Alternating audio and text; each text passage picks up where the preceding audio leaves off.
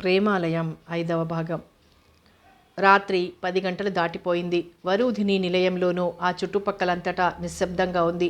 అహల్య మటుకు తన గదిలో అశాంతితో అటు ఇటు పచారు చేస్తోంది. ఆమె మనసు ఏదో తెలియని అర్థంగాని ఆవేదనతో నిండిపోతోంది. ఎందుకిలా ప్రవర్తిస్తోంది తను? ఒక్కో సమయంలో ఇంత రాక్షసిగా ఎలా మారిపోతుంది? తనకేమైంది? ఏమవుతోంది? అతను ఆ చిత్రాన్ని ఇవ్వను అన్నంత మాత్రాన అతన్ని కొడుతుందా? ఆలోచన రాగానే దుఃఖం ఆగలేదు అహల్యకు. మంచంలో పడి వెక్కి వెక్కి ఏడ్చింది. ఎన్నడూ కంటతడి పెట్టని అహల్య అలా చాలాసేపు శోకించిన అహల్య మనసు కొంచెం తేలికపడింది. తనెంత నీచపు పనిచేసింది? తన అనుమతి లేకుండా తన చిత్రం వేశాడని అంత ఆవేశపడిందే. అతని మీద తనకేం అధికారం ఉందని కొట్టింది. తనింత చేసినా ఎందుకు ఊరుకున్నాడతను? ఆంటీతో నిజం చెప్పనివ్వకుండా అబద్ధం ఎందుకు చెప్పారు? ఆంటీ తనని కోప్పడతారనా? పాపం, అంత మంచి మనిషిని తనెందుకలా అవమానించి బాధ పెడుతోంది? ఛీ, తనకసలు బుద్ధి లేదు. ఇంకా తనని క్షమించగలరా? అప్పుడు ఆ చిత్రం చింపి పారేస్తేనే తనని ఇంతవరకు క్షమించలేదు. అటువంటిది ఇప్పుడు తనని ఎంత అసహించుకుంటారో. ఏమైనా అతన్ని క్షమించమని అడగడానికి కూడా ధైర్యం లేదు తనకి. అతన్ని కొట్టి క్షమించమని అడగడం కూడా ఎంత హాస్యాస్పదంగా, ఎంత అసహ్యంగా ఉంటుంది. అతనికి తన వల్లే గాయమైందని తెలిస్తే ఆంటీ తనను క్షమించగలదా? తన చర్యను ఎంత గర్హిస్తారు? అందుకే అతను చెప్పలేదు కాబోలు. ఇంతకీ అతనికి ఎలా ఉందో? డాక్టర్ రాక మునిపే తన గదిలోకి వచ్చేసింది. మళ్ళీ గది దాటి అవతలికి వెళ్ళలేదు. ఏదో ఆలోచించుకున్న దానిలా మంచంపై నుండి లేచింది. వర్షిస్తున్న కళ్ళను తుడుచుకొని గది తలుపులు తీసుకుని బయటకు వచ్చింది. వరండాలో లైటు వెలుగుతోంది. అంతా నిశ్శబ్దంగా ఉంది. రాజేష్ గది ముందు కూర్చొని కునికిపాట్లు పడుతున్నాడు. వీరయ్య. అహల్య నెమ్మదిగా ఆ గది ముందుకొచ్చింది. రాజేష్ ఎందుకైనా పిలిస్తే వినిపిస్తుందో లేదోనని తలుపులు తెరిచి ఉంచాడు వీరయ్య. అడుగులో అడుగు వేసుకుంటూ లోపలికి నడిచింది. ముందు గదిలో లైట్ ఉంది. రెండో గదిలో మంచంపై పడుకునున్నాడు రాజేష్. మంచం దగ్గరగా వెళ్ళి చూసింది. బాధతో ముఖం ముక్కుళించుకుపోయినట్లుగా లైట్ వెలుతురులో స్పష్టంగా కనిపిస్తోంది. ఎడం చెయ్యి తలమీదుగా పెట్టుకుని ఉన్నాడు. తెల్లని కట్టుతో అలా పడుకుని ఉన్న రాజేష్ని చూడగా దుఃఖంతో మనసు బరువెక్కింది. అనిర్వచనీయమైన అనురాగం ఏదో ప్రతి అణువులోనూ పొంగి పొర్లింది. మెల్లగా వంగుని తన కుడి చేత్తో కట్టుకట్టిన చోట స్పృశించింది. తర్వాత అరచేతిని అతని నుదుటి మీద వేసి చూసింది. జ్వరం కానీ రాలేదు కదా అనుకుంటూ. జ్వరం లేదు. అయితే చల్లగా మృదువుగా ఆమె హస్తస్పర్శ తగిలేసరికి రాజేష్కి మెలకువ వచ్చి కళ్ళు తెరిచాడు. ఎదురుగా ఎవరో నుంచున్నారని గుర్తించాడు గాని ఆ వ్యక్తి ఎవరైంది గ్రహించలేకపోయాడో క్షణం.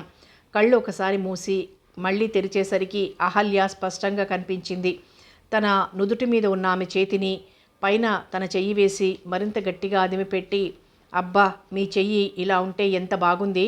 నా తలలోని బాధంతా మాయమైనట్లుంది. మీ అమృత హస్తం తగలగానే అన్నాడు కళ్ళు మూసుకుని. తననప్పుడైనా అతను దండిస్తాడేమోనన్న అహల్య అతనలా అనేసరికి నీరసంగా, నిజంగానా అని అడిగింది. అబద్ధాలాడే అలవాటు అంతగా లేదు. అలాగే అన్నాడు రాజేష్. అయితే మీరు నిద్రపోండి. నేనెంత ఘాతుకమైన పనిచేసి మీకింత బాధ కలిగించానో. అహల్య నేత్రాల నుండి 2 నీటి బిందువులు జారిపడ్డాయి.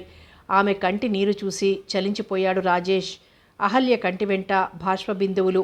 ఏదో కలలో కూడా జరగని దానిని చూసినట్లుగా చూశాడు వింతగా. కల కాదు కదా? కాదు. అహల్య కన్నీటి బిందువులు వెచ్చగా నుదురు తాకుతూనే ఉన్నాయి. నిజాన్ని చూస్తూ అబద్ధమని ఎలా అనుకోగలడు? జరిగిపోయిన దానికి ఇప్పుడు పశ్చాత్తాపపడుతున్నారా? అందుకే జరిగిపోయాక విచారించడం కంటే ముందుగానే కాస్తంత ఆలోచన చేస్తే ఇటువంటి సమస్యలు ఉత్పన్నం కావు అన్నాడు నెమ్మదిగా. అహల్య మాట్లాడలేదు. మీరలా కంటనీరు పెట్టుకోకండి. మీ వంటి గొప్ప వంశంలో పుట్టిన స్త్రీలు కంటతడి పెట్టకూడదు. ప్లీజ్ కళ్ళు తుడుచుకోండి అన్నాడు అర్థిస్తున్నట్లుగా.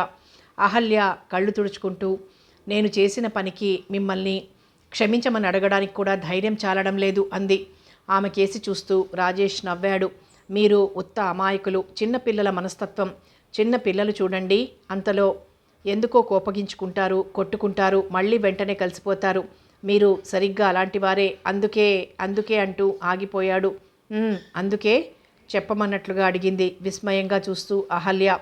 మీ దగ్గర ఏ వస్తువులు లేవు కదా విసరడానికి అని. మీరంటే ఇష్టం అన్నాడు ధైర్యం చేసి. రాజేష్ మాటలతో అహల్య సిగ్గుపడింది. మనసులో బరువు ఏదో కొంచెం దించినట్లయి స్థిమితపడింది. మీరు నేను జీవితాంతం వరకు మర్చిపోలేని బహుమతి ప్రసాదించారు. బహుమత? ఆశ్చర్యంగా అడిగింది అహల్య. అవును, ఈ గాయం మానుతుంది, మచ్చ మిగులుతుంది. అది చూసినప్పుడల్లా మీరే గుర్తుకొస్తారు. మరి అది బహుమతి కాదు అన్నాడు రాజేష్ నవ్వుతూ. చాలాసేపు మౌనంగా ఉండిపోయిన అహల్య, మీరు పడుకోండి, ఇలా చెయ్యి పెడితే మీకు కొంచెం ఉపశమనంగా ఉందన్నారు కదా, నేను ఇలాగే కూర్చుంటాను మీరు నిద్రపోయే వరకు అంటూ కుర్చీని అతని మంచం దగ్గరగా జరుపుకొని కూర్చుంది. తన నుదుటి మీద చెయ్యి వేసి ఎడం చెయ్యి చెంప కానించుకొని కూర్చున్న అహల్య వంకే చూస్తూ పడుకున్నాడు రాజేష్. అహల్యను చూస్తుంటే విచిత్రం అనిపిస్తుంది అతనికి. పైకి ఎంత కఠినతరంగా ఉంటుందో ఆమె మనసు అంత మెత్తనా అని అతను ఎన్నోసార్లు గ్రహించాడు. అందుకే అతను ఆమె వైపు ఆకర్షింపబడుతున్నాడు. ఒక విధంగా ఆమె సౌందర్యాన్ని ఆరాధిస్తున్నాడు. ఏది ఏమైనప్పటికీ అహల్యను తను దూరం చేసుకోలేడు, అది మటుకు నిజం. సమయం చూసి తన మనసు ఆమెకు విప్పి చెప్పాలి. అలా ఆలోచిస్తూనే, వద్దు వద్దు, మీరు అనవసరంగా శ్రమ తీసుకోవడం నా అభిమతం కాదు, మీరు వెళ్ళండి అన్నాడు. పర్వాలేదు, కాసేపు కూర్చుంటాను, మీరు పడుకునేంత వరకు అంది. కాదంటే కోపం వస్తుందేమోనని మౌనంగా ఉండిపోయాడు రాజేష్. ఆ తర్వాత తొందరగానే నిద్రలోకి జారుకున్నాడు. ఎక్కడో 4 గంటలు కొట్టడం వినిపించి మెలకువ వచ్చింది రాజేష్కి. ఎవరిదో ఊపిరి వెచ్చగా మెడకు తగులుతోంది. ముఖం మీద ముఖం పెట్టినట్లుగా కుర్చీలోంచే ముందుకు పడుకుని నిద్రపోతున్న అహల్యని చూసి ఖిన్నుడైపోయాడు రాజేష్. క్రిందటి దినం అభ్యంగన స్నానం చేసింది కాబోలు. తలలోంచి సాంబ్రాణి వాసనలు గుప్పున వస్తున్నాయి. ఆమె వేసుకున్న నైట్ గౌన్ నుంచి చక్కని పరిమళాలు వస్తున్నాయి. ఎంతో సున్నితంగా సుకుమారంగా పెరిగిన అహల్య నిద్ర నాపుకొని ఉండగలదా? బలవంతాన ఆపుకొని కూర్చునేసరికి తనకు తెలియకుండానే నిద్రలో ముందుకు వాలిపోయింది. ఇలా ఎవరైనా చూస్తే ఇంకేమైనా ఉందా? గాఢ నిద్రలో ఉన్న అహల్యను లేపడమా మానడమా అనుకున్నాడు. అసలు ముందే తను ఆమెను బలవంతాన పంపివేయాల్సింది. పొరపాటు చేశాడు. కానీ కాసేపు కూర్చుని వెళ్ళిపోతుందనుకున్నాడు. ఒకవేళ సుదేష్ణాదేవి చూస్తే ఎందుకైనా మంచిదనుకుంటూ ఆమెను లేపడానికే నిశ్చయించుకున్నాడు రాజేష్. అహల్య చెక్కిలి అతని పెదాలను తాకుతోంది. అద్దం లాంటి ఆమె చెక్కిలి అలా పెదాలను తాకుతుంటే ముద్దెట్టుకోకుండా ఉండలేకపోయాడు. ముద్దెట్టుకున్న తర్వాత భయపడిపోయాడు.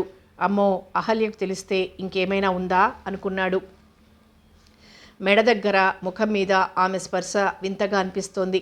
2 క్షణాలు ఆగిన తర్వాత మెల్లగా మెత్తగా ఆమె చెవి దగ్గర నోరు పెట్టి మొట్టమొదటిసారిగా ఆమె పేరు పెట్టి అహల్య అంటూ పిలిచాడు. అహల్యకి మెలకువ రాలేదు. రెండోసారి పిలిచాడు. ఆ పిలుపుకి చటుక్కున లేచి కూర్చుంది అహల్య. నిద్రలో లేచిందేమో. ఎవరు ఎవరు అంటూ కంగారుగా అడిగింది. కంగారు పడకండి, నేనే, మీకు బాగా నిద్రొస్తున్నట్లుంది, మీ గదిలోకి వెళ్ళి పడుకోండి అన్నాడు నెమ్మదిగా. అప్పటికి నిద్రమత్తు కొంచెంగా వదిలిన అహల్య, అబ్బే, నాకు నిద్ర రావడం లేదు, నేను నిద్రపోవడం లేదు అంది. ఆహా, మీరింతవరకు నిద్రపోయారు బాగా, రాజేష్ పక్కకు ఒత్తిగిలి పడుకుంటూ అన్నాడు. నిద్రపోయానా? ఎక్కడా? ఇక్కడే, అలా కుర్చీలోనే కూర్చొని నిద్రపోయారు, వెళ్ళండి మీ గదిలో పడుకోండి, మధ్యలో లేపాను అన్నాడు. అహల్య లేచి నిద్రమత్తులోనే నడుచుకుంటూ వెళ్ళిపోయింది. వీరయ్య గుమ్మం వద్దే పడుకున్నాడు ముడుచుకొని. రాజేష్కి నిద్ర పట్టలేదు. తలంతా దిమ్ముగా ఉంది. అప్పుడే చీకటి తెరలు తొలగి ఉషోదయమవుతున్నట్లు తూర్పున అరుణకాంతులతో అలరారుతోంది. మరో వారం రోజులకు గాని గాయం పూర్తిగా తగ్గలేదు. అంతవరకు డాక్టర్ విశ్వసుందర్రావు గారు వచ్చి చూసి వెళ్తూనే ఉన్నారు. ఆ మధ్యలో అహల్యకు సెలవులై వెళ్ళిపోతూ, అక్కడ మీ చెల్లెలు కనిపిస్తారేమో, లేకపోతే వాణికి మీ ఇల్లు తెలుసు కదా, తనను తీసుకుని మీ ఇంటికి వెళ్ళి చెప్పమంటారా అని అడిగింది వచ్చి. రాజేష్ మౌనంగా ఉండి, వెళ్ళి ఏమని చెబుతారు? మీ అబ్బాయిని కొట్టాను, బాగా గాయమైంది, వెళ్ళి చూడండి అన్నాడు చిన్నగా నవ్వుతూ. దాంతో అహల్య ముఖం చిన్నబోయింది. నిజమే, ఏం చెబుతుంది వాళ్ళకి? ఆమె ముఖం చిన్నబోవడం గమనించి, సారీ, ఊరికి అన్నాను, మీరేమీ చెప్పొద్దు, అనవసరంగా కంగారు పడతారు అన్నాడు. గాయం మానాక తనే వెళ్ళడానికి సిద్ధమయ్యాడు. కుడివైపున నుదుటి మీద గాయం మిగిల్చిపోయిన మచ్చ కనిపిస్తోంది, అంగుళం పొడుగున. వెళ్ళగానే తల్లిదండ్రుల కంట పడుతుందేమో అనుకుని దువ్వెనతో తలదువ్వుకుంటూ ఆ మచ్చని కనిపించకుండా ఉండేలా జుట్టుని కొంచెం ముందుకొచ్చేలా దువ్వుకున్నాడు. ఒత్తైన అతని జుట్టు అందుకు చాలా మటుకు సహకరించింది. అబ్బాయ్, ఇంకా నువ్వు సీతాపురం వెళ్తానంటే నేను ఒప్పుకోను, రాజేష్ని చూస్తూ గట్టిగా అన్నారు పార్వతమ్మ. అదేమిటమ్మా? ఆశ్చర్యంగా అన్నాడు రాజేష్. అదంతే, ఇంక నువ్వు వెళ్ళడానికి వీల్లేదు ఖచ్చితంగా అన్నారావిడ. అసలు విషయం చెప్పకుండా మధ్యాహ్నపు మార్తాండునిలా మండిపడితే నేనేం చేసేది? చెప్పమ్మా, నీ ఉద్దేశం ఏమిటో చెప్పు. అది కాదు బాబు, నిన్నేమో మీ నాన్నగారు ఎదురుగా ఏమీ అనలేరు. అక్కడికి నువ్వని దానిలా నవ్వాడు రాజేష్. అదిగో అలా నవ్వి దాటయ్యొద్దు. నువ్వేమో ప్రకృతి, పల్లెటూరు అంటూ వెళ్ళి అక్కడ కూర్చుంటావు. మీ నాన్నగారేమో నిద్రలో కూడా నీ గురించిన కలవరింతలే. పార్వతమ్మ గారి మాట పూర్తి కాకుండానే పురుషోత్తం గారు వచ్చారు. చూసావుటోయ్, కొడుక్కి మధ్య దగ్గర లేకపోయేసరికి మీ అమ్మ అసత్యాలాడడం అతి లాఘవంగా నేర్చుకుంది. ఇంతకీ నేను మీ మాట నమ్మాలా, అమ్మ మాట నమ్మాలా అని అడిగాడు రాజేష్ తండ్రి వెంక తిరిగి. పురుషోత్తం దంపతులు నవ్వేశారు. తర్వాత పురుషోత్తం గారు కొడుకు పక్కగా కూర్చుంటూ, అది కాదు బాబు, ఇప్పటికీ చాలా రోజులై అక్కడే ఉంటున్నావు, అక్కడ ఇంకా ఎందుకు అని. రాజేష్ 2 నిమిషాలు మౌనంగా ఉండి, నిజమే నాన్నగారు, అక్కడ చాలా టైం ఖాళీగా గడిపేస్తున్నాను. నేను అనుకుంటున్నాను ఇంక అక్కడి నుంచి వచ్చేద్దామని. ఈ మారు వెళ్ళినప్పుడు సుదేష్ణాదేవి గారితో చెప్పి వచ్చేస్తాను అన్నాడు. ఏమిటో పెద్దతనం వచ్చిందా? నిన్ను చూడకుండా ఒక్క క్షణం కూడా ఉండలేననిపిస్తోంది అన్నారాయన. అదంతా నా మీద మీకు గల ప్రేమ, అభిమానం నాన్నగారు. అందుకే మిమ్మల్ని చూస్తుంటే నాకు గర్వం అనిపిస్తుంది. గర్వం దేనికోయ్? మీలాంటి తల్లిదండ్రులు నాకున్నందుకు. రాజేష్ మాట పూర్తి కాకుండానే, తండ్రి కొడుకులు ఒకరిని చూసి ఒకరు గర్వపడడమేనా, లేక భోజనానికి లేచొస్తారా అంటూ పార్వతమ్మ గారు వచ్చారు. అయ్యో ఎంత మాట, తమరి ఆజ్ఞ జవదాటడమే అంటూ లేచారు పురుషోత్తం గారు. రాజేష్ లేస్తూ, ఇంతకీ వీణ కనిపించలేదేం అన్నాడు. హమ్మయ్య, నాకు 100 ఏళ్ల ఆయుష్, ఇప్పుడే వచ్చా స్నేహితురాలింటి నుంచి కిలకిల నవ్వుతూ అంది వెనక నుంచి వీణ. అదేమిటే, నీకు నువ్వే దీవించుకుంటున్నావు? అదంతే. ఇంతకీ తమరెప్పుడొచ్చారు? నువ్వు వచ్చే ముందే. అంతలోనే వీణ కళ్ళు చెదిరిన జుట్టులోంచి మానిన గాయపు మచ్చను చూశాయి. ఇదేమిట్రా అన్నయ్య అంటూ అడిగింది. అదా, అది సీతాపురంలో కోటలో తిరుగుతుంటే ఏదో పుల్లా గీసుకుపోయింది. పద పద అంటూ ముందుకు కదిలాడు రాజేష్. వెళ్ళి కూర్చో, నేను బట్టలు మార్చుకొని వస్తా అంటూ పైకి వెళ్ళింది వీణ. భోజనాలు పూర్తయినాక వీణ పైకి వెళ్తూ, అన్నయ్య నీతో కొంచెం మాట్లాడాలి, నా గదిలోకి వస్తావా, లేకపోతే నేనే నీ గదిలోకి రానా అని అడిగింది. ఓకే, నీ గదిలోకే వెళ్దాం పద అంటూ చెల్లెల వెనక ఆమె గదిలోకి దారి తీశాడు. వీణ మంచంపై కూర్చుంది. రాజేష్ టేబుల్ దగ్గరగా ఉన్న కుర్చీలో కూర్చున్నాడు. ఆ రోజు సీతాపురం నుంచి నేను వాణిగారు ఒకేసారి వచ్చాం కదా, ఆవిడ దారిలో చెప్పింది అంది వీణ రాజేష్ కేసి చూస్తూ. వాణిగారా, ఏం చెప్పారు మామూలుగా అడిగాడు రాజేష్. అసలు ఆమె మీద నీ అభిప్రాయం ఏమిటి? అభిప్రాయమా, ఏముంది, 4 రోజుల పరిచయం ఉన్నంత మాత్రాన అభిప్రాయం అంటూ ఏముంటుంది అన్నాడు రాజేష్ మెల్లగా. అది కాదన్నయ్య, ఆవిడ నిన్నేమిటో అడిగిందట కదా. అడిగితే నువ్వు తిరస్కరించావట కదూ, తను చాలా ఫీల్ అయింది. రాజేష్ నవ్వాడు. నీతో చెప్పుకొని బాధపడ్డారా? అది కాదు, నన్ను నీకు చెప్పి చూడమంది. వీణ నవ్వుతూ అనేసరికి రాజేష్ కళ్ళు పెద్దవి చేసి చూశాడు. తను నేరుగా కాదన్న తర్వాత మరలా వీణ ద్వారా ప్రయత్నించడంలో ఆవిడ గారి ఉద్దేశం ఏమిటి? ఎందుకో ఆ సమయంలో వాణి అంటే అసహ్యం వేసింది. అయితే నువ్వేమన్నావు ప్రశ్నించాడు వీణని రాజేష్. ఏమంటాను, ఇందులో నా ప్రమేయం ఏముంది, అదంతా మా అన్నయ్య ఇష్టం అని చెప్పాను. బాగా చెప్పావు. అయినా పరిచయం ఉన్నంత మాత్రాన పెళ్లి వరకు పోతే ఎలా? తెల్లారి లేస్తే ఎంతమందితోనూ పరిచయం అవుతుంది, స్నేహం అవుతుంది. అలాగని మరి అందరినీ దగ్గరకు చేర్చుకోగలమా? ఆవిడే ఇంకో విషయం కూడా చెప్పిందన్నయ్య. ఏమిటి? నువ్వు అహల్య గారంటే ఇష్టపడుతున్నావని. గట్టిగా నవ్వాడు రాజేష్. తర్వాత నవ్వాపి అన్నాడు, ఆవిడకు మనస్తత్వ శాస్త్రం కూడా వచ్చన్నమాట. నా మనసు అలా చదివేశారు. ఇంతకీ అహల్య అంటే ఇష్టపడుతున్న మీ అన్నయ్యని దండించమని కోరారా ఆవిడ? వీణ పకపక నవ్వింది. కొంచెం అదే భావంతో మాట్లాడారులే, నాకు తెలియదని తప్పించుకున్నాను. అయినా మీ ఆడవాళ్ళకి ఎంత అసూయ, అనుమానాలే అన్నాడు. ఇదిగో అన్నయ్య, అందరినీ అనకు అంది వీణ కొంచెం సీరియస్గా. అబ్బో, నిన్నెందుకంటానే, స్త్రీజాతిలో తప్పు పుట్టావు అన్నాడు సర్దుకుంటూ రాజేష్. ఇంతకీ వాణిగారన్నమాట నిజమేనా? కుతూహలంగా ముందుకు వంగి అడిగింది వీణ. రాజేష్ కుర్చీలో వెనక్కి వాలి కూర్చుని, కొంతవరకు నిజం, అయితే ఎప్పుడూ పైకి చెప్పలేదు.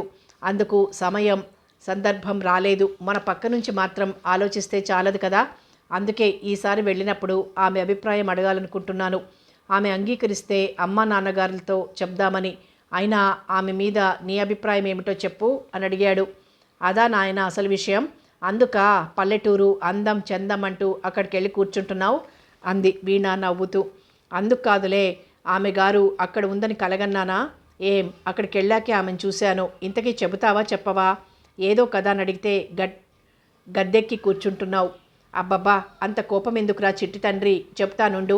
ఆవిడలో నాకు నచ్చనిది ఒక్కటే, అహంకారం. అది తప్ప ఆవిడ అద్భుత సౌందర్యవతి, చదువుకుంటున్నది, ఉన్నత వంశంలో జన్మించింది.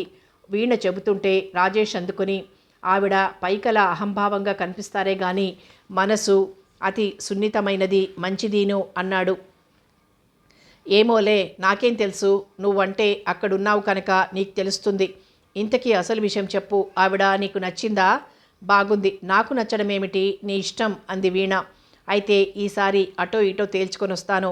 నాన్నగారు కూడా ఇంకా అక్కడికి వెళ్ళొద్దంటున్నారు అన్నాడు. నిజంగా? అయితే సాయంత్రాలు ఇంక నీతో బ్యాట్ ఆడుకోవచ్చన్నమాట. ఆ తర్వాత చాలాసేపు అక్కడే కూర్చుండిపోయాడు రాజేష్ ఏదో ఆలోచిస్తూ. అరే, సంధ్యారాగం చిత్రం ఎందుకు తెచ్చారిది? రాజేష్ అందించిన చిత్రం చూసి ఆశ్చర్యంగా అడిగింది అహల్య. అవును, అది మీకు బాగా నచ్చిందన్నారు కదా, అందుకోసం తెచ్చాను, రాజేష్ చెప్పాడు. కళాభవన్లో ఆ చిత్రం చూసి ఆమె బాగుందని మెచ్చుకున్నప్పుడే నిశ్చయించుకున్నాడు ఆ చిత్రాన్ని ఆమెకివ్వాలని. థ్యాంక్స్ అంది మెరిసే కళ్ళతో అహల్య. 2 రోజులు గడిచిపోయాయి. ఆ వారం చివరలో తను గది ఖాళీ చేసి వెళ్ళబోతున్నట్టు సుదేష్ణాదేవితో చెప్పాడు. ఆవిడ వింటూనే, అదేం బాబు, నీకిక్కడేమైనా అసౌకర్యంగా ఉందా అని అడిగింది ఆవిడ. అయ్యో, ఎంత మాట, అదేం కాదమ్మా, కొన్నాళ్ళు ఉండాలనొచ్చాను, ఉన్నాను. ఇన్నాళ్ళు నా మీద చూపిన ఆదరణకి ఎంతైనా కృతజ్ఞతలు. మా నాన్నగారికి నన్ను చూడందే క్షణం తోచదు. వెళ్ళినప్పుడల్లా అంటూనే ఉన్నారు వచ్చేయమని. మొన్న వెళ్ళినప్పుడు ఖచ్చితంగా చెప్పారు అన్నాడు. సుదేష్ణాదేవి బాధగా చూశారు. నాన్నగారు కాదంటే ఎవరేం చేయగలరు బాబు, ఎక్కడి వాళ్ళు అక్కడికి వెళ్ళవలసిందే ఎప్పటికైనా. కానీ చూసావా బాబు, అనుకోకుండా కొందరి మధ్య కొన్ని అనుబంధాలు అల్లుకుపోతాయి. నువ్వు మా ఇంట్లో ఒక మనిషిగా కలిసిపోయావు. ఏమైనా నువ్వు వెళ్ళిపోతానంటే నాకు చాలా బాధగా ఉంది. ఆవిడ నేత్రద్వయంలో కదిలిన బాధా వీచికలు చూసి రాజేష్ చలించిపోయాడు. ఎందుకమ్మా అంత బాధపడతారు? నేనుండి ఇక్కడ చేసింది చెయ్యగలిగింది ఏమీ లేదు. అయితే మీ అనురాగాన్ని చూరగొన్నందుకు నేనెంతైనా ధన్యుడిని అన్నాడు. నిజమే బాబు, నువ్వు ఇక్కడుండి చేసిందేమీ లేదు, కానీ అనురాగం మాత్రం అందరినీ చూస్తే కలుగుతుందా? నేను చెప్పే మాటలు నీకు అతిశయోక్తి అనిపించవనుకుంటాను. నిన్ను చూస్తే ఆనందంతో నా గుండెలు నిండుతాయి. నీతో చెప్పకూడదనుకున్నాను కానీ చెప్పకుండా ఉండలేను. నిన్ను వాత్సల్యపూరితంగా దగ్గరకు తీసుకుని మమతతో తల్లిగా లాలించాలనిపించేది. కానీ సుదేష్ణాదేవి నోటి మాట రాలేదు. అంతవరకు తలవంచుకుని కూర్చున్న రాజేష్ చటుక్కున తలెత్తి ఆమె కళ్ళల్లోకి చూశాడు. ఆ అద్దాల వెనుకగా కనిపిస్తున్న భావగర్భితము, ఆ నేత్రాలలో అశ్రుబిందువులు, అలా ఆవిడ కన్నీళ్లు చూసిన రాజేష్ విచలితుడైపోయాడు. చటుక్కున లేచి ఆమె పాదాల మీద 2 చేతులుంచి కళ్ళకద్దుకుని, మీరు నాకు మాతృ సమానులు, నన్నిక్కడ ఉండిపోమ్మంటారా అమ్మా అని అడిగాడు ఉద్విగ్నతతో. రాజేష్ అలా చేస్తాడని ఊహించిన ఆవిడ తత్తరపాటు చెందుతూ, వద్దు బాబు వద్దు, అంత స్వార్థపరాలని కాను. మీ అమ్మ నాన్నగారు ఎదురు చూస్తుంటారు, తప్పకుండా వెళ్ళు బాబు. కాకపోతే ఎప్పుడైనా ఒకసారి ఇక్కడికి వస్తుండమని కోరుతున్నాను అన్నారావిడ. తప్పకుండానమ్మా అన్నాడు మనస్ఫూర్తిగా. రావాలంటే ఎంతసేపమ్మా? అక్కడికి ఇక్కడికి ఎంత దూరం గనుక? మంచిది బాబు, నాకొక పక్క సంతోషంగా ఉంది, మరో పక్క విచారంగా ఉంది అన్నారావిడ.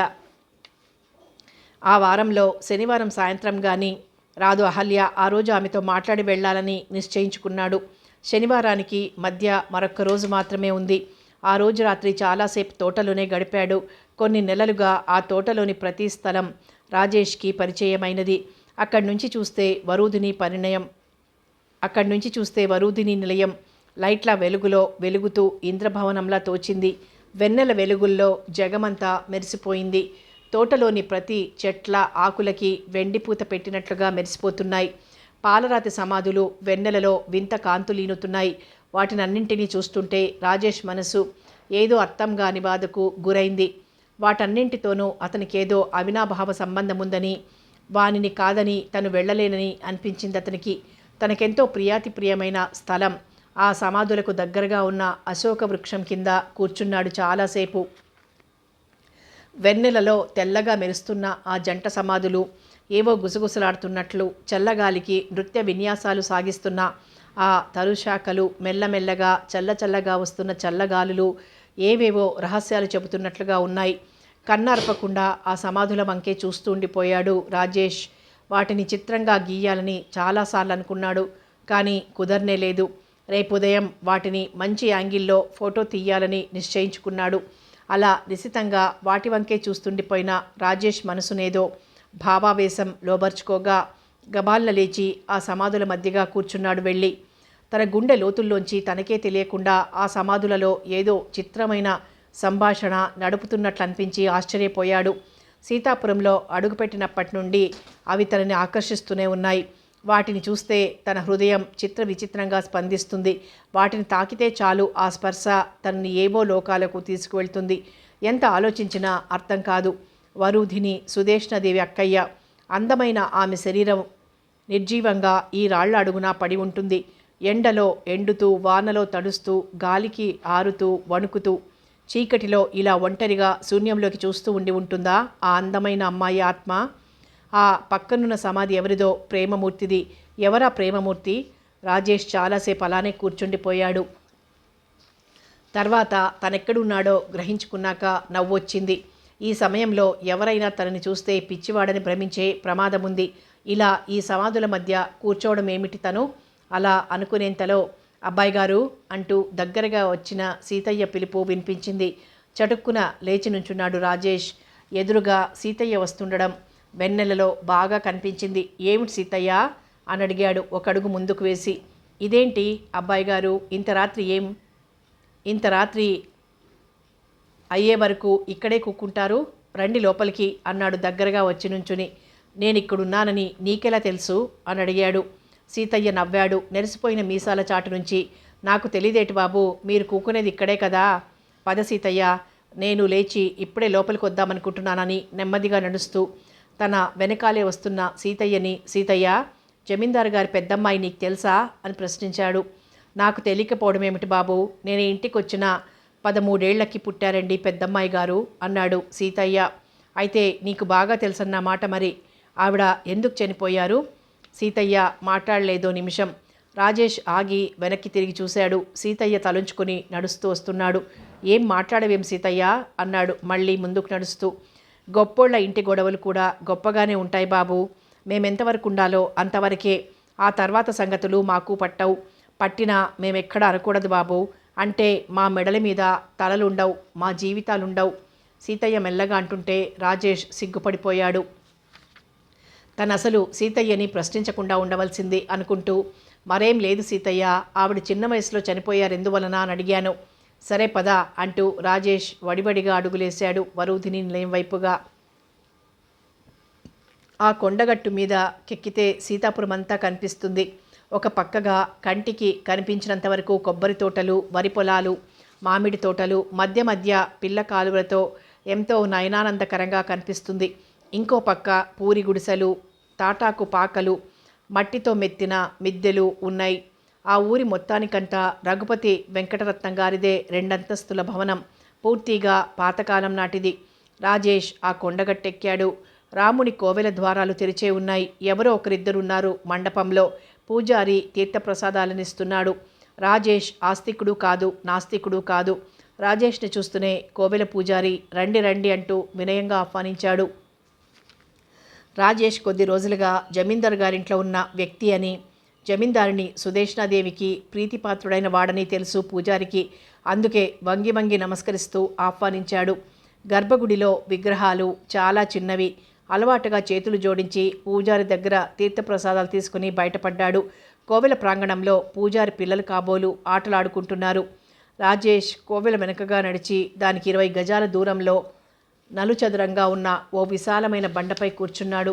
దూరాన అస్తాద్రిలోకి జారుకుంటున్న ఆదినారాయణుడు ముఖమంతా ఎర్రగా చేసుకున్నాడు. వాతావరణం ఎంతో ప్రశాంతంగా ఉంది. అక్కడ ప్రశాంత వాతావరణంలో కోవెల గంటలు శ్రావ్యంగా వినిపిస్తున్నాయి. చాలాసేపు అక్కడే కూర్చున్న రాజేష్ వెనకాల అడుగుల చప్పుడవుతే వెనుదిరిగి చూశాడు. అహల్య, రాజేష్ కళ్ళు ఆనందంతో మెరిశాయి. కూర్చున్న చోటు నుంచి లేస్తూ ఎప్పుడొచ్చారు అని అడిగాడు. అయితే ఆ ప్రశ్న అహల్యకు వినిపించినా వినిపించినట్లుగా చూస్తూ ముఖం కఠినంగా పెట్టుకుని గిరుక్కున వెనుదిరిగింది వెళ్ళిపోవడానికి. అది త్రుటి కాలంలోనే గ్రహించిన రాజేష్ తొందరగా ఒక్కడుగు ముందుకు వేసి చొరవగా అహల్య చేయి పట్టుకుని ఆపి తీక్షణంగా చూస్తున్న ఆమె నేత్రాలలోకి సూటిగా చూస్తూ, మీరెందుకో కోపంగా ఉన్నారు, ఇవాళ మీతో ఓ విషయం. రాజేష్ మాట పూర్తి కాకుండానే అహల్య అతని చేతిని విదిల్చి కొట్టింది. ఛే, నన్ను తాకకు, నీతో మాట్లాడవలసిన అవసరం నాకు లేదు. కులం గోత్రం లేని అనాథలతో మాట్లాడవలసిన అవసరం మాకు లేదు. ఎవరి అంతస్తుల్లో హద్దుల్లో వారుండాలి అంటూనే చరచరా వెళ్ళిపోయింది. రాజేష్ చైతన్యం కోల్పోయిన వాడిలా నిల్చుండిపోయాడు. ఏమిటి, ఏమందామే? మంచి మర్యాద లేక నువ్వు అంటుందేమిటి? పైగా కులగోత్రాలు లేవా? ఎవరికి? ఎవరి అంతస్తుల్లో హద్దుల్లో వారుండాలా? ఇవన్నీ ఆవిడ తనకెందుకు బోధించినట్లు? రాజేష్ ఒక్కసారి గట్టిగా తల విదిల్చి చైతన్యం తెచ్చుకున్నాడు. కులగోత్రాలు లేని అనాథ.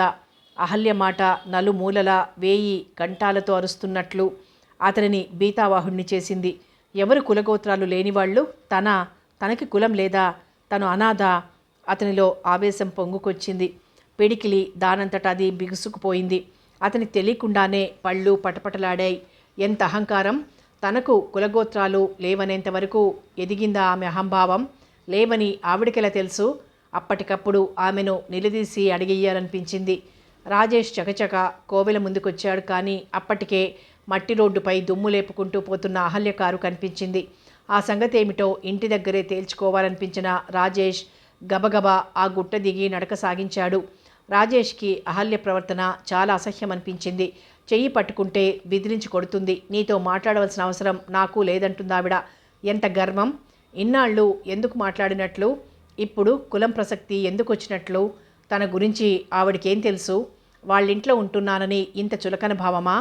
ఇంతవరకు ఆమె వల్ల తనెన్నో అవమానాలు సహించాడు. కానీ ఈసారి సహించలేడు. సుదేష్ణాదేవి గారి ఎదురుగానే ఆమె ఆంతర్యమేమిటో తేల్చుకుంటాడు. అహల్య అలా అన్నారని సుదేష్ణాదేవితో అంటే తప్పు పట్టించుకోరు కదా? ఆవిడని కేకలేస్తారేమో. వెయ్యని బొత్తిగా పెద్దవాళ్ల భయం లేనట్లుంది ఆవిడ వరుస చూస్తే. ఎవరిని పడితే వారిని ఎంత మాటైనా అనేస్తుంది. అది మంచి పద్ధతి కాదని ఆమెకు తెలియజెప్పాలి. ఇవాళ తన మనసు విప్పి చెప్పి ఆవిడ అభిప్రాయం తెలుసుకోవాలని ఎంతగా అనుకున్నాడు. ఆలోచనలతోనే ఇల్లు చేరాడు. హాల్లో ఎవరూ లేరు. సరాసరి తన గదికి వెళ్ళాడు. అహల్య గది తలుపులు దగ్గరగా వేసున్నాయి. గదిలో సర్ది పెట్టుకున్న తన సామాను వంక చూశాడో క్షణం. ఎలాగూ వెళ్ళిపోవడానికి తను సిద్ధమయ్యే ఉన్నాడు. తను వెర్రిగా ఆమెనేదో అడగాలనుకున్నాడు. ఇంకా నయం, తొందరపడలేదు. ఇంకా ఏ విపరీత పరిణామం సంభవించబోయేదో అలా ఆలోచిస్తున్న రాజేష్ మరోలా కూడా అనుకున్నాడు. ఇప్పుడు ఈ విషయం మళ్ళీ తను లేపి అనవసరంగా గొడవ పెట్టిన వాడవడు కదా. తన దారిన తనెలాగో పోతున్నాడు. ఇంకా గొడవలు పెట్టడం బాగుండదు. సుదేష్ణాదేవి గారి ముఖం చూసి ఊరుకున్నాడు. లేకపోతే తను కులగోత్రాలు లేనివాడన్నందుకు ఏదైనా చేసుండేవాడు. ఇంటికొచ్చాక ఏమైనా అంటానని కాబోలు గదిలో తలుపులేసుకుని కూర్చుంది అహల్య పిరికిగా. రాజేష్ నవ్వుకున్నాడు. నిజంగా అహల్య పిరికిదే. పైకి మహాధైర్యవంతురాలలా ఉంటుంది. ఆ రోజు పసిరిక పాము కళ్ళబడితే ఎంత భయపడిందో. భయపడి తనని ఎలా పెనవేసుకుపోయిందావిడ. అది గుర్తుకొచ్చిన రాజేష్ మనసు మధురానుభూతితో పులకించింది. తెల్లటి పొడవాటి చేతులను తన మెడను చుట్టి విశాలమైన కాటుక కన్నులతో భయవిహ్వలై చూసినప్పటి అహల్య సౌందర్యం. అబ్బా, అంత అద్భుత సౌందర్యాన్ని ఎంతగా ఆరాధిస్తున్నాడు తను. ఆమె అందాన్ని తను దూరం చేసుకోగలడా? ఎప్పటికీ దూరం చేసుకోడు. మూర్ఖంగా ఆమె తొందరపాటు తనకు తెలియందా? పైకి అనుకోకుండా కోపం వచ్చినట్లుగా ప్రవర్తిస్తుంది. ఆ ప్రవర్తనలో ఇంకా మంచి చెడుల విచక్షణ గుర్తుండదామెకు. అయితే ఆమె మనసెంత మెత్తనో మంచిదో తనకి తెలుసు. ఈ క్షణంలో ఉన్న కోపం మరో క్షణంలో ఉండదామెకు. ఎందుకు ఆవిడ అలా ప్రవర్తిస్తుందో ఆవిడకు కూడా తెలియదేమో. అలా ఆలోచిస్తూ కూర్చున్నవాడల్లా ఏదో నిర్ణయానికి వచ్చి చటుక్కున లేచి యువతలకొచ్చాడు గదిలోంచి. అహల్య గది వంక చూశాడు. తలుపులు మూసే ఉన్నాయి. ఆ తలుపులు తోసుకుని లోపలికి వెళ్దామా అనిపించిందో క్షణం. తలుపులు తట్టి పిలవడం మంచిగా అనిపించలేదు. తిరిగి గదిలోకి వచ్చాడు. ఆ రాత్రి ఎలాగైనా అహల్యను ఆమె అభిప్రాయం అడిగి తెలుసుకోవాలి. లేదు, ఈసారి హైదరాబాద్లో కనిపించినప్పుడు అడగాలి అనుకుంటూ గోడలకున్న చిత్రాలు తీసి ప్యాక్ చేసుకుంటుంటే సీతయ్య వచ్చాడు. అబ్బాయి గారు, భోజనానికి రమ్మంటున్నారు పెద్దమ్మ గోరు అన్నాడు. వద్దు సీతయ్య, ఆకలిగా లేదు, రారట అని చెప్పు అన్నాడు రాజేష్. అదేం బాబుగారు, ఒంట్లో సరిగ్గా లేదా? ఏమిటిలా అన్నీ సర్దేస్తున్నారు? కట్టిపెట్టిన సామాన్లు చూస్తూ అడిగాడు సీతయ్య. ఒంట్లో బాగానే ఉంది సీతయ్య, నేను మా ఊరెళ్ళిపోతున్నానుగా, అందుకని సర్దేశాను. అదేంటి బాబు, మీకిక్కడ ఏం తక్కువైంది? ఇక్కడే ఉండిపోండి బాబు. భలే వాడివే. అమ్మ నాన్నగారు వచ్చేయమంటున్నారు. వెళ్ళక ఎలా ఉంటాను?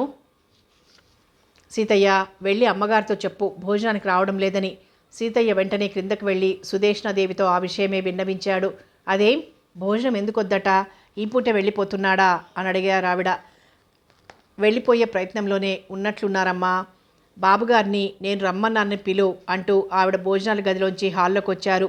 సీతయ్య పైకి వెళ్ళి చెప్పొచ్చాడు. రాజేష్ చేతిలో పని వదిలి తొందరగా కిందికి వచ్చేసరికి హాల్లో కూర్చుని ఉన్న సుదేష్ణాదేవి కనిపించారు. పిలిచారా అమ్మా? అవును బాబు, భోజనం చెయ్యనన్నావుట, ఒంట్లో చికాకుగా ఉందా? అబ్బే లేదమ్మా, ఎక్కువ ఆకలిగా లేదు అందుకని. అయితే ఈ పూటే ప్రయాణం అవుతున్నావా? ఆవిడ కంఠంలో ఏదో బాధ. అవునమ్మా నెమ్మదిగా అన్నాడు. రేపు ఉదయం వెళ్తానన్నావు, మళ్ళీ ఈ పూటే వెళ్ళాలని ఎందుకు నిశ్చయించుకున్నావు బాబు? ఆవిడ బాధ అర్థమైంది అతనికి. ఆవిడతో రేపు ఉదయం వెళ్తానని చెప్పిన మాట నిజమే. అయితే సాయంత్రం రాముల వారి కోవెల దగ్గర అహల్య అన్న మాటలు అతనిని ఈ పూటే వెళ్ళిపోవాలనే నిశ్చయానికి వచ్చేలా చేశాయి.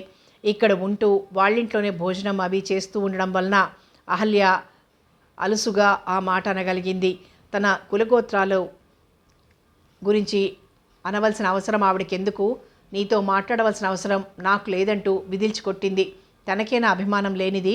ఇంకా ఇంట్లో భోజనం చేయకూడదని ఆ రాత్రి వెళ్ళిపోవాలనే నిర్ణయానికి వచ్చాడు. ఏం లేదమ్మా, ఎప్పుడైనా వెళ్ళవలసిందే కదా.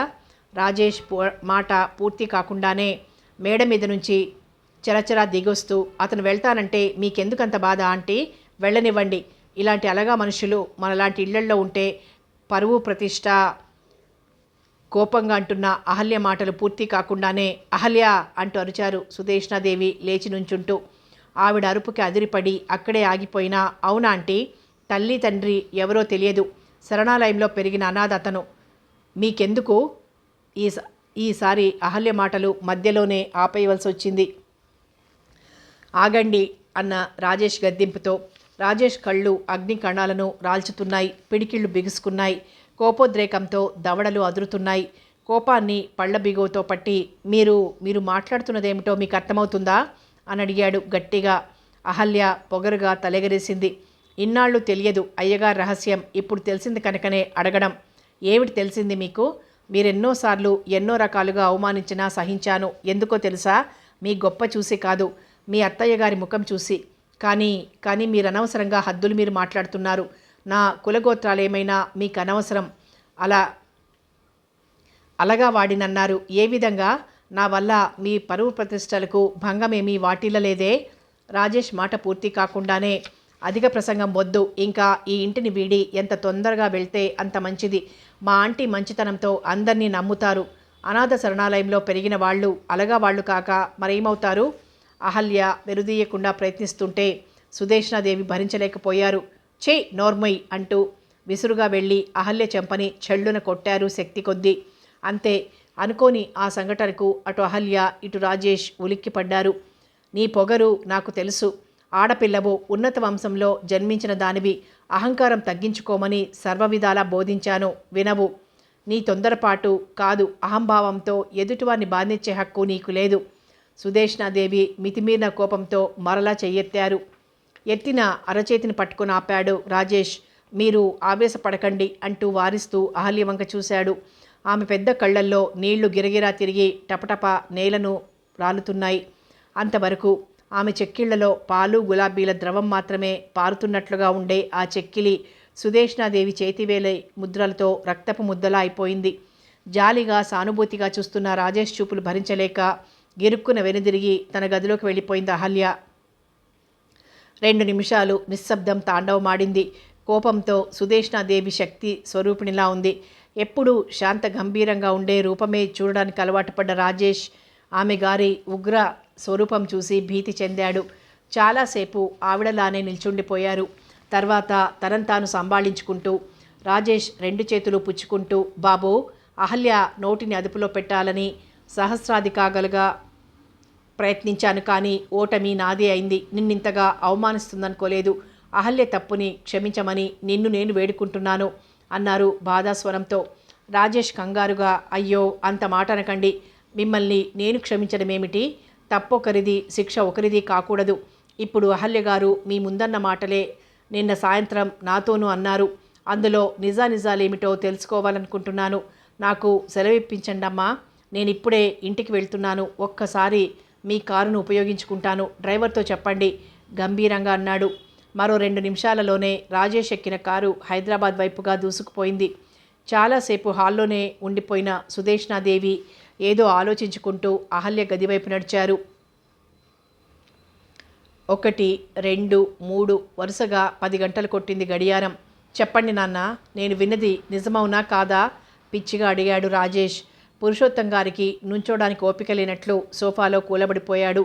పార్వతమ్మ గారు నోట మాట రానట్లుగా చూస్తున్నారు. వీణకి జరుగుతున్నదేమిటో అయోమయంగా ఉంది. 10 నిమిషాల క్రితమే రాజేష్ సీతాపురం నుంచి వచ్చాడు. రాజేష్ వస్తూనే, నాన్న, నా జన్మకు సంబంధించిన రహస్యాలు ఏమైనా ఉన్నాయా? నేను విన్నది నిజమేనా అని అడిగాడు. రాజేష్ అడిగిందేమిటో ముందు ఆయనకు అర్థం కాలేదు. అర్థమైనాక మాట రాక మ్రాన్పడి నిలబడిపోయారు. తర్వాత కూర్చుండిపోయారు. అప్పటికి లోపల నుంచి పార్వతమ్మ, పైనుంచి వీణ వచ్చారు. బాబూ, ఏమిటి, ఒంట్లో ఏమైనా అనారోగ్యంగా ఉందా? ఏమిటలా ఉన్నావు అంటూ పార్వతమ్మ కొడుకుని చూస్తూనే ప్రేమగా అడిగాడు. ఆ మాటలే వినిపించుకోలేదు రాజేష్. అమ్మా, నువ్వైనా నిజం చెప్పు. ఒకసారంటే నేను నమ్మకపోదును, కానీ పదే పదే అనడం వల్ల నాకు అనుమానం కలిగింది. నా జన్మలో రహస్యం ఏమైనా ఉందా? నేను మీ కొడుకును కానా? నాకు కులం గోత్రం ఏవీ లేవా? నిజం చెప్పమ్మా ఆవేదనగా అడిగాడు. పార్వతమ్మ గారు కంగారు పడ్డారు, ఆతృత పడ్డారు. నాయనా రాజేష్, ఏం జరిగింది బాబు? ఏమిటి నువ్వు మాట్లాడేది? అమ్మా అరిచాడు రాజేష్. నిజం కావాలి నాకు. నన్ను మభ్యపెట్టకండి. చెప్పమ్మా. ఏమీ లేదు. నువ్వు వినది అసత్యమని చెప్పు. నాకు నా మనసుకు శాంతి కలిగించు. నీ పాదాలు పట్టుకుంటాను. రాజేష్ పార్వతమ్మ గారి పాదాలు పట్టుకున్నాడు.